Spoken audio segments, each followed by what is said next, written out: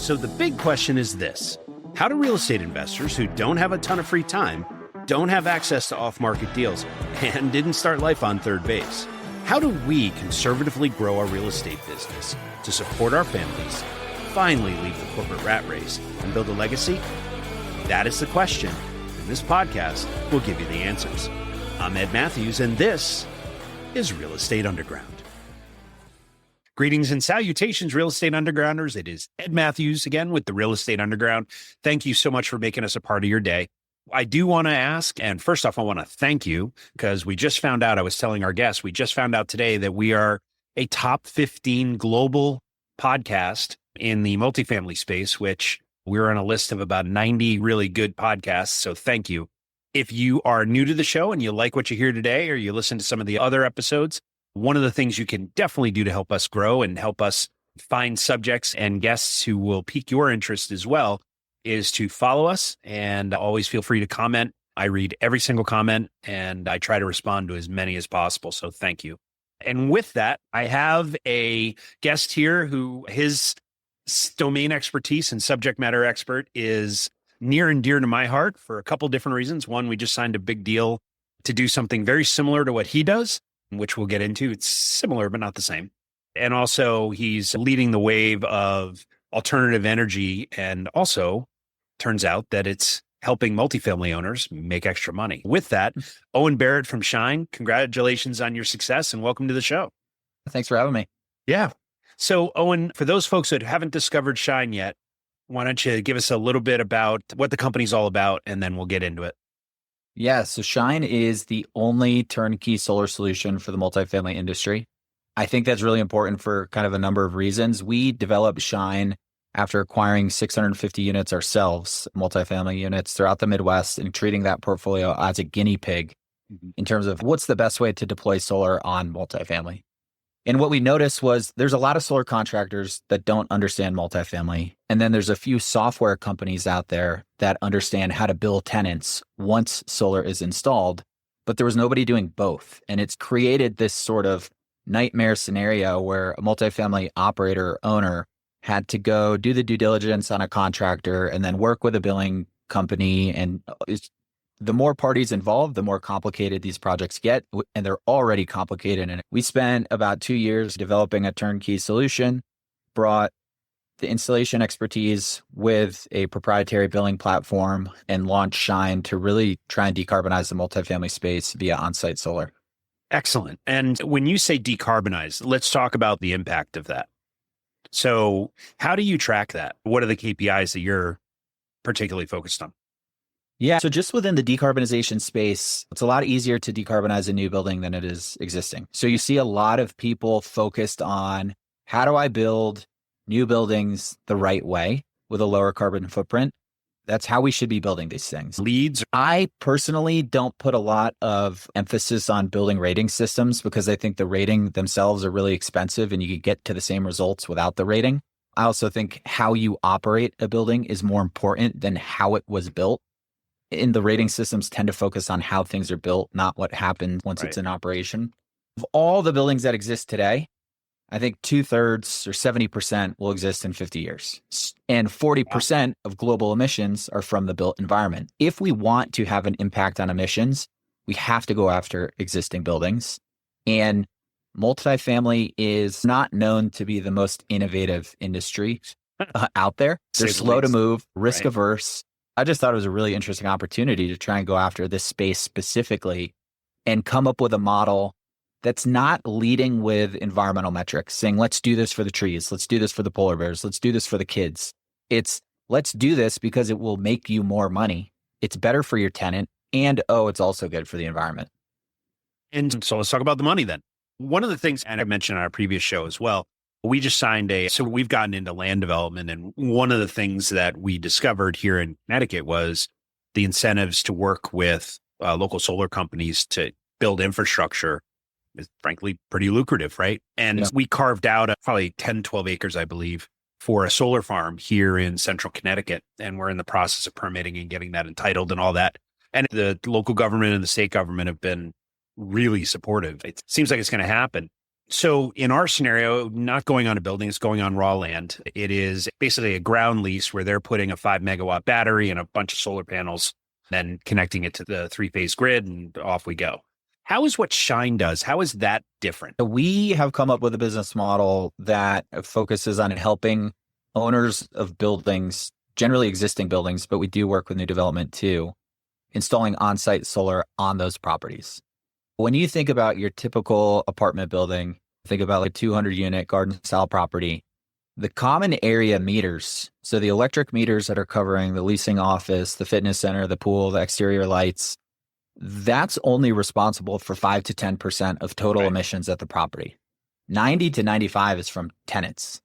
You have a lot of solar companies that are pitching owners on, let's go install solar on your common area meters. And it doesn't work for a number of reasons. Generally, the numbers are too insignificant to get anybody's attention, the owner, the asset manager, whoever it may be. The second piece from a decarbonization story is, what's even the point of offsetting 5% of the total emissions? Like, it's a drop in the bucket. So we tried to think from a first principles approach. How could we actually decarbonize multifamily? And in order to do that, you have to install solar on the tenant meters. And in order to do that, in most states, you have to install one small solar system per apartment unit. So each apartment unit is getting its own small solar system, a small residential system that's interconnected into the tenant's electricity or utility meter. And then there's software required on the back end to monitor all of these individual systems, to bill all these individual tenants. And it's really been built from the ground up to decarbonize existing buildings. And then again, it works for new construction too, but it's purpose built to decarbonize existing apartment buildings, not take vacant land and put a solar farm on it, which is also important. But that space is way more competitive than the space that we're operating in. Each individual unit has an array of solar panels, or at least one, I assume, and all the back end infrastructure as well as the software to manage it. So it's not like an Eamon Demon kind of thing where you're bringing in one trunk and then calculating what is the usage, right? If I'm understanding you properly. There's 3 states in the US, to my knowledge, that have something called virtual net energy metering, and the states are California, Colorado, and Massachusetts, where apartment owners can install a large array into the common area meter and virtually allocate the benefit to tenants by square footage, similar to RUBS. It's great. It's really easy. The challenge is that there's 47 states that don't have that. So how do you install solar in those 47 states? And you have to install a small PV system into each apartment unit. So a studio may get 4 panels, a 1-bedroom may get 5 panels, a 2-bedroom may get 6. From the roof, it looks identical. The roof is covered in solar panels. You'll have, instead of 1 conduit pipe coming down the side of the building, you may have 3 or 4. And then from those 3 or 4, they kind of branch out to the meter bank. So it's a really clean installation. But for now, it's the only way to go after the tenant load, which is for us the most important piece to this whole problem. And in terms of justifying the expense, what is, say, a 5-year, 10-year look at a return on investment on a project like this? Stay with us. We'll be right back. A motivated seller just filled out your web form. If you call back within 5 minutes, you're nearly 4 times more likely to get that seller appointment. But delay your follow-up by even just 10 minutes? Forget it. You're toast. Ella Vista Connect calls that lead back in 60 seconds, qualifies them, and schedules your meeting. Find out how much slow follow-up is costing you. Free calculator at ellavista.com/underground. It changes heavily dependent on the cost of electricity. Cost of electricity is the biggest variable in sort of the financial analysis. Super expensive Average, in Connecticut. Really expensive in California. Fairly cheap in the rest of the country. To most people's surprise, Texas is like next on the list from a residential perspective. Commercial, totally different. On average, it's about $6,000 per unit to install. That's the gross cost. Solar, for now, this could change with the new administration, but for now has a base 30% tax credit that is transferable. And that is super important because the tax credit has been around for an extremely long time. Federal tax credits generally have zero benefit to real estate owners because they have so much depreciation that if they're playing the game right, they don't have a federal tax liability. Historically, tax credit has been useless. Now you can take that tax credit and you can sell it for cash. So $6,000 gross cost has a 30% tax credit for ease. Let's just say it's 33 a third. So the net cost is $4,000. And on average, our systems create $620 per unit in NOI. So I don't know what the cap rates are in Connecticut, but you put 5, 6, 7% cap rate on $620, it's going to 2 to 3x that $4,000 cost that it takes to install the solar in the first place. And so how does that, I'm very curious about how you arrive at that number.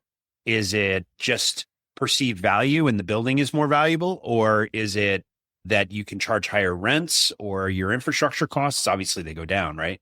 Yeah, so it's costs go down. Yeah, so it's taken us a long time to get to the best model. What we found, and again, a lot of this comes from our experience as owners. The vast majority of tenants and prospective tenants evaluate apartments on apartments.com, just looking at rent. So we felt like it would actually hurt a property to try and increase the rent because you're decreasing utility costs. Tenants of our installations lease the solar equipment from the building owner. So if you're a tenant, pre-solar, you may pay the local electric utility $100 per month. We come in, we install solar on everybody's meter. Everybody's electric bill drops to $50 per month. Of that $50, you're going to pay the building owner $45 per month. And so now the tenant, you have a net savings of $5 per month. The building owner is making an additional $45 per month in what we call solar income. It's that mechanism that has to exist to justify the initial CapEx cost in the first place. If you can't somehow drive the value back to the owner, then they're never going to spend $1 million or whatever it's going to cost to install solar to begin with. Yeah, the return is excellent. Just in the $540 a year, just in additional revenue, right? On a $6,000 expenditure, it's a no-brainer. Yeah, and it's actually a $4,000 expenditure when you transfer the tax credit. The numbers are, they're persuasive. It's usually mid-teens IRR. It's a double-digit cash-on-cash return. We think it makes sense on the business case. Sure does. So after this show, I'd like to have a conversation about it. A very close friend of mine who has a couple hundred units that might be interested in this. Let's do it. Okay. And so what's the process to go through to make sure that the building itself is appropriate to install solar in the building? Because I would imagine there are certain configurations that it just doesn't make sense. Yeah, the best use case is garden style, just because there's the most roof area per apartment unit. Mid-rise works too, not as well, but it does work. High-rise doesn't really work. Usually when we get into the high-rise scenario, if there's surface level parking, we'll install carport solar to just go after the common area load. But garden style is the best. The age of the roof is really the thing that we look at the most closely. We don't like to install solar on roofs that are about 12 years or older. There can be certain situations where roofs hold up than others, but generally 12 years or newer is when we will install.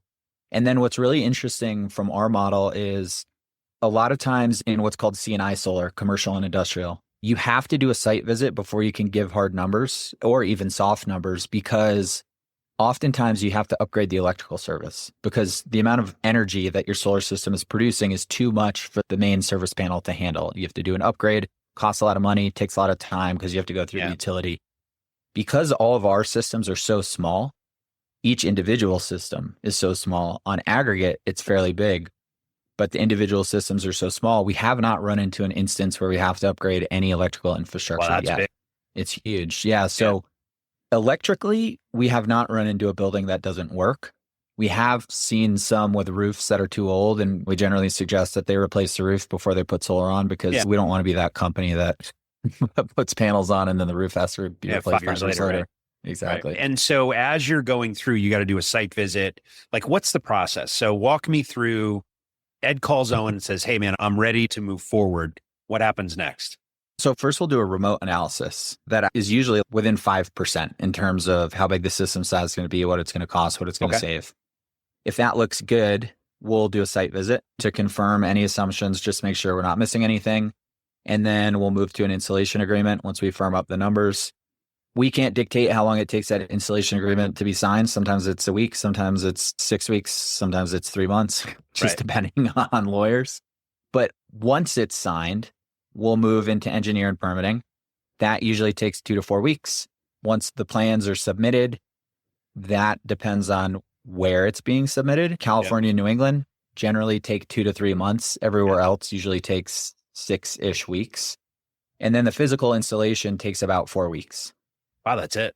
If done correctly, it's very repeatable, this model. It's a bunch of small residential systems on an apartment building. So it sounds really complex, and there's a lot of administrative work that goes into it, a lot of permits, a lot of engineering, a lot of interconnection agreements. But the physical installation is probably the easiest part. So the other thing I'm curious about is selling it back to the power company. Is there additional energy that gets stored somewhere? And if so, how do you store it? And also, what do you do with it? So there's not, thankfully, because that would make our model a lot more complicated. In most instances in garden style properties, our energy is being used in real time for baseload. So we're only offsetting 30 to 50% of total consumption at the unit level, which we see as a good thing, because once you start producing more than 50% and you start exporting energy, the model gets a lot more complicated because you have to understand the net metering rules. What is the value of electricity that the utility is giving you, if any, when you export it to the grid? Thankfully, our systems export little to no energy, which makes the financial modeling a lot easier. Yeah. And to understand on the building owner side as well. Exactly. Yep. Okay. All right. What question am I not asking you that I should be asking you? I've tried to get as geeky as I could, but my solar knowledge is only so deep. Yeah. A lot of the questions we get all the time is, Owen, if you're telling me that it's a 17% IRR and a 10% cash on cash return, why is everybody not doing this? It's education, and that's our job. That's why I'm going on all these podcasts. That's why I'm trying to get the word out. Until last year, literally, there was no way to monitor systems and bill tenants for this unique installation approach where you're interconnecting into every single apartment unit. Yeah. Now it exists. We're just trying to get the word out. Multifamily's in a tough spot right now. Expenses are up. Rent has stagnated. People need to get creative in how they're creating value. And so we're just trying to get the word out that there's a new way to generate a lot of income that almost every group has not come across before. It's like the early days of bulk internet.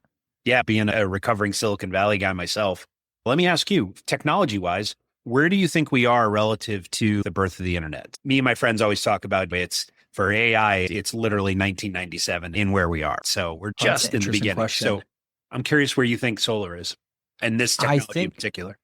Yeah. So we're not using any novel technology. We're installing off the shelf stuff. And I think that's important too, because we don't want hardware risk. Institutional investors especially are very risk averse. So if we start telling them that we're manufacturing our own products to install, it's going to be a lot on their heads. I think the solar market is fairly mature. Every year we see solar panels get incrementally more efficient, and historically they've gotten incrementally cheaper. That could change with tariffs. I don't think you're going to see any leaps in technology. I think you are going to see incremental progress. I think a lot of the bigger leaps in technological advances are going to be on storage and batteries, because that's much newer than solar modules. Yeah. And obviously that's not something that you're dealing with today. Is that something in the future that you're contemplating, or? Yeah. So what's really fascinating about our model is historically apartment owners only have insight into the consumption of their common area meters. They have no idea how much whole building energy is being used. Because we're doing an interconnection into every single apartment unit, we know exactly how much solar energy is coming in, how much utility energy is coming in. And so we could build this holistic whole building energy picture.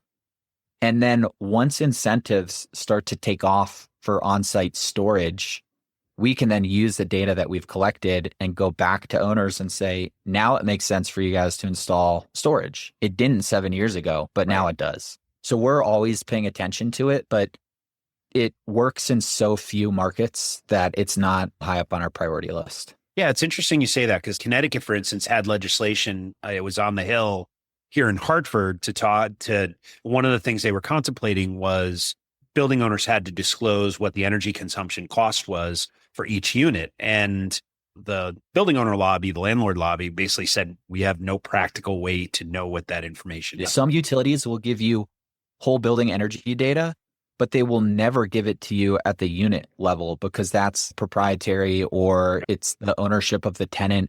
This is an interesting workaround to that. It's value adding, it's income generating, and you get a lot of data. All right. Hey, Owen, I could go get geeky with you and talk about the intricacies. Unfortunately, they only let me talk for 30 minutes. So we got to start to get into the lightning round here. One of the things that I'm really interested in is talking with property owners and entrepreneurs and leaders like yourself, and frankly, what makes them tick, right? And so I'm curious about your purpose and how do you think about your purpose in terms of professionally what you're trying to accomplish? And frankly, what gets you out of bed on Monday morning? For the last 18 years, I've been on a mission to do what I can to help in the fight against climate change. So as an energy manager, I had the niche ESCO for a while.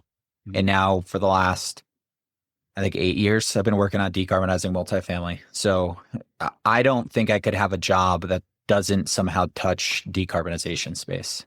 Excellent. I love that.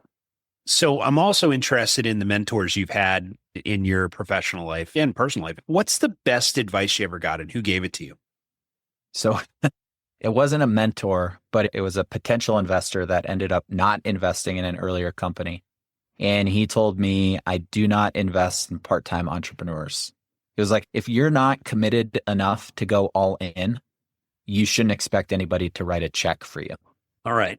Speaking of walking away, something I've learned in my corporate world as well is that just don't believe in mistakes. I don't believe they're bad. I mean that some of them are bad, right? But the lion's share of them are simply lessons to be learned. And I absolutely believe that we learn way more from our mistakes than we do from our successes. So I'm curious professionally, like what's a decision you'd love to have back and how did you navigate it? I quit a very cushy corporate job in 2012 to start my entrepreneurial journey. This was right when LED lighting was taking off. I thought the technology would sell itself. I thought I could just quit this job, start a lighting company, and buy a yacht. I went 18 months without making a dime. I sold off my entire 401k to survive. I was on food stamps. I was a week away from having to move back to Connecticut with my parents. Most businesses fail, not because they're bad ideas, but because the time it takes to get revenue is like 3 to 5 times longer what anybody expects. And people just run out of runway. Yep. And the other piece of advice that I wish someone would have told me was the second you start a company, you are in charge of sales. Yeah. Figure out how to sell, because if you can't sell, you're going to fail. 100% agree with that as well. And I learned that hard lesson myself with a consulting firm I had way back in the day.